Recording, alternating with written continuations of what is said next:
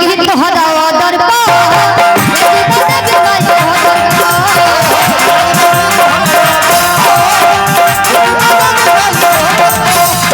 नौकरी लगी तोहरा ऑर्डर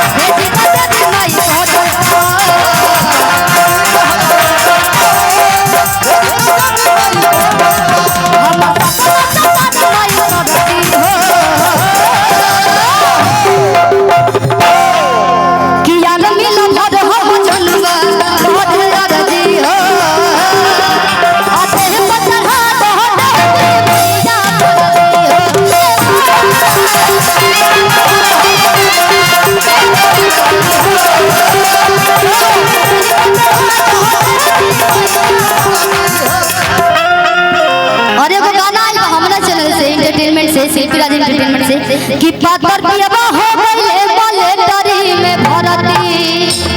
कि बोतले मानियो से खेत सब परती अरे बोतले कि पातर पियबा अरे पातर पियबा हो गइले मलेटरी में भरती पातर पियबा हो गइले मलेटरी में भरती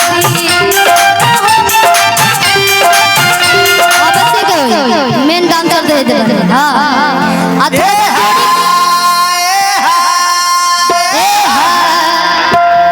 पातर पियबा हो गइले मलेटरी में भरता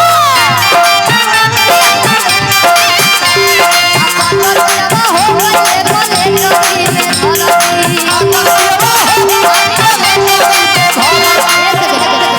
आप मुस्कान जी से कम नहीं डांस कर रहे हैं ठीक है तो आमने सामने होके मुकाबला आइए मुस्कान जी नया क्वालिटी आई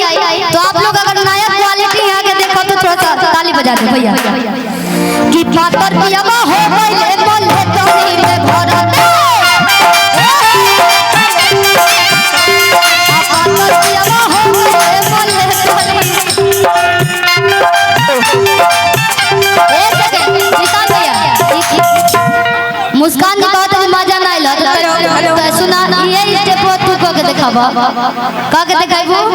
एकरा खातिर कलाकारी चाहिए कि बोतले पानियो से खेत सब परती बोतले पानियो से खेत सब पातर पियबा हो गइले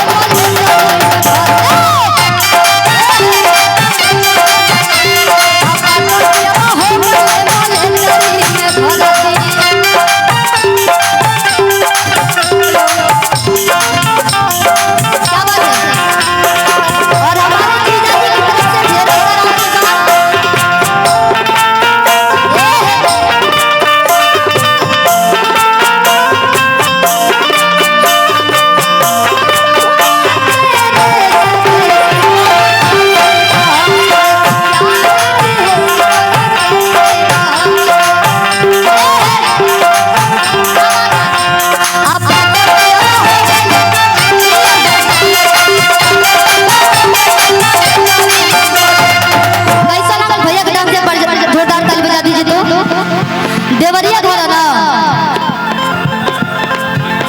आई बंगरा बाजार हमारे गांव के बगल के कि पढ़े पढ़ाई बुता रात दिनवा कि मेहनत कइले बहाई के पसीनवा जे पुलिस में भर्ती होत होगी आर्मी में उहे समझत होगी दिन रात 4 बजे भोर में उठी चाहे रात में शाम के कि पढ़े पढ़ाई बुता कि रात दिनवा मेहनत कइले बहाई के पसीनवा एगो शब्द भाई कि राजा जी हमार अब हो गइले फौजी भाई पतिदार में फूलों पसीनवा ई बड़ा दोस्त से बात होला आय अपना खातिर पूरा गांव जवान खातिर